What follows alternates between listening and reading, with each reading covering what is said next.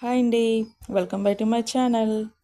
ఈరోజు మన ఆంధ్ర స్టైలు చేపల పులుసు చాలా టేస్టీగా సింపుల్గా ఎలా చేయాలో చూపిస్తాను.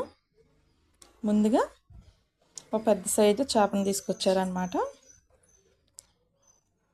ఒక పెద్ద సైజు అనమాట. ఒక చేప అయితే సరిపోతుంది. అందుకని దీన్ని 3 times వరకు కడిగేసుకున్నాను.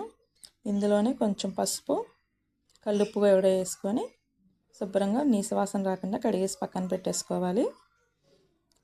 ఇప్పుడు ఇందులో 1 టేబుల్ స్పూన్ వరకు పసుపుని తీసుకోవాలండి.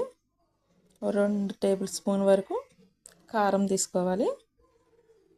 ఒక ఫిష్ కాబట్టి 2 టేబుల్ స్పూన్లు సరిపోతుంది.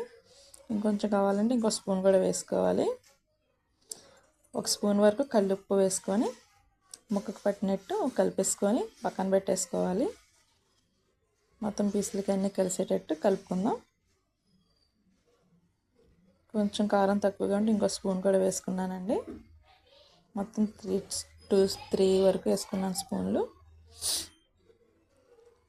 స్పూన్ కారం, పసుపు అయితే వేసుకున్నాను. కారం మాత్రం 3 టేబుల్ స్పూన్లు ఉండాలి.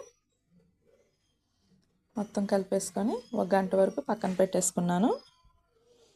ఒక 100 గ్రాముల వరకు చింతపండు తీసుకొని గుజ్జు కోసం పక్కన పెట్టుకున్నాను. ఇందులో కొంచెం వాటర్ పోసుకొని ఒకసారి కడిగేసుకొని, అంటే ఇందులో ఏమైనా ఇసుక ఏమైనా ఉంటే పోతుంది. ఒకసారి వాష్ చేసుకుంటే వాటర్ వంపేసి ఇప్పుడు మామూలుగా వాటర్ పోసుకొని నానబెట్టేసుకొని పక్కన పెట్టేసుకోవాలి. మిక్సీ జార్ ఒకటి తీసుకొని అందులో అల్లం, వెల్లుల్లి, 1 టేబుల్ స్పూన్ వరకు ధనియాలు, 1 స్పూన్ జీలకర్ర వేసుకొని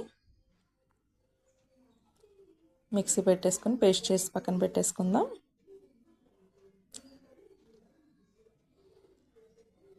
పేస్ట్ పక్కన పెట్టేసుకున్నాక పెద్ద సైజు టమాటాలని 2 తీసుకొని పీసుల కింద చేసుకున్నాను అండి.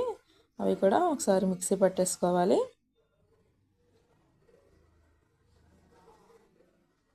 ఇక్కడ పెట్టేసుకున్నాక ముందుగా వెడల్పాటి గిన్నె తీసుకొని అందులో ఆయిల్ వేసుకోవాలి. ఆయిల్ కొంచెం ఎక్కువే పడుతుందండి ఫిష్ కర్రీకి.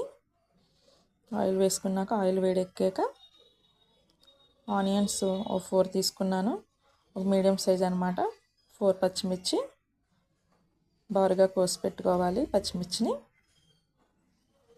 ఇవన్నీ ఒకసారి కలిపేసుకొని బ్రౌన్ కలర్ వచ్చే వరకు వేగనిచ్చేద్దామండి.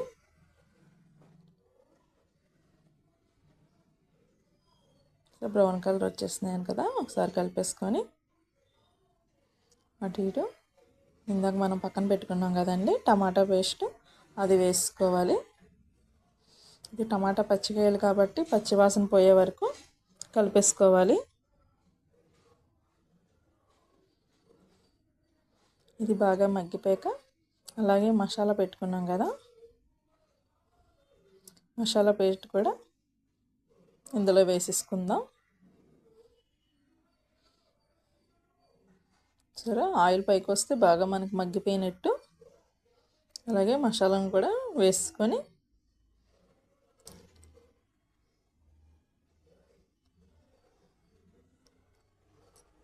ఇది కూడా మొత్తం కలిపేసుకోవాలండి.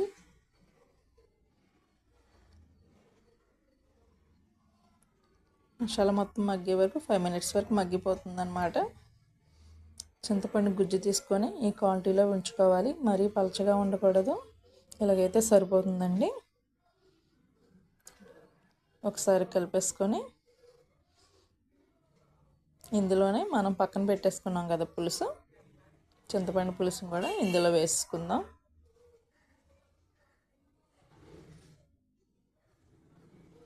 మొత్తం పులుసు మొత్తం వేసుకోవాలి.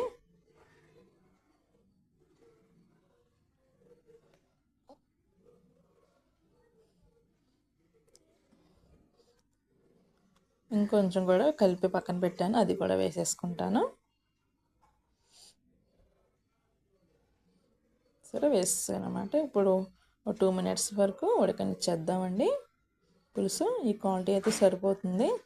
మీకు కావాలనుకుంటే ఇంకా వెజ్ చేసుకోవచ్చు. ఈ ఫిష్కి అయితే సరిపోతుంది పులుసు. సో ముక్కకి బాగా పెట్టేస్తుంది అనమాట. ఇలా ఒక గంట సేపు పక్కన పెట్టేసుకుంటే ఇప్పుడు ఒక్కొక్క పీస్ని పులుసులో వేసుకోవాలి.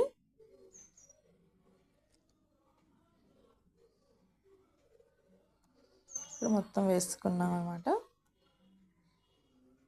ఇప్పుడు ప్రస్తుతానికి కదపకూడదండి, కొంచెం పైన అలాగనేసి పక్కన ఒక 5 మినిట్స్ వరకు ఉడకనిచ్చేద్దాం. ఇందులోనే కొంచెం కరివేపాకును కూడా వేసుకోవాలి, టేస్ట్ చాలా బాగుంటుంది పులుసులో వేసుకుంటే.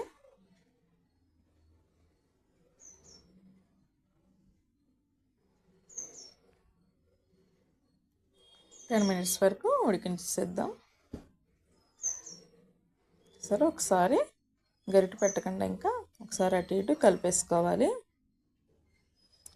ఇప్పుడు పెడితే పీసుల కింద ఉడొచ్చేస్తాయి కాబట్టి ఇంకా గరిటె అనేది పెట్టకూడదండి. మూత పెట్టేసుకుందాం. చూసారా, చూస్తూనే నోరు ఊరిపోతుంది అనమాట, అంత టేస్ట్ ఉంటుంది. ఇందులోనే 1 టేబుల్ స్పూన్ వరకు గరం మసాలా వేసుకున్నాను, అంటే దాల్చిన చెక్క, ధనియాలు, లవంగం పౌడర్ చేసి పెట్టుకున్నదనమాట. అందులోనే కడిగి పెట్టుకున్న కొత్తిమీరను కూడా వేసుకోవాలి. చూసారా, చాలా టేస్టీగా ఉండే చేపల పులుసు అండి. మన ఆంధ్ర స్టైల్లో ఎక్కువగా చేస్తారనమాట. మీరు కూడా ట్రై చేయండి, చాలా టేస్టీగా ఉంటుంది. నచ్చితే లైక్ చేయండి ఫ్రెండ్స్, మీరు కూడా ట్రై చేయండి. చాలా టేస్టీగా ఉంటుంది, సింపుల్గా కూడా అయిపోతుంది అన్నమాట ఇలా చేసుకుంటే. చాలా టేస్టీగా ఉండే మన ఆంధ్ర స్టైల్ చేపల పులుసు. అలా మీరు కూడా ఇదే క్వాంటిటీతో ఇలాగే చేస్తూ ఉంటే చాలా బాగుంటుంది.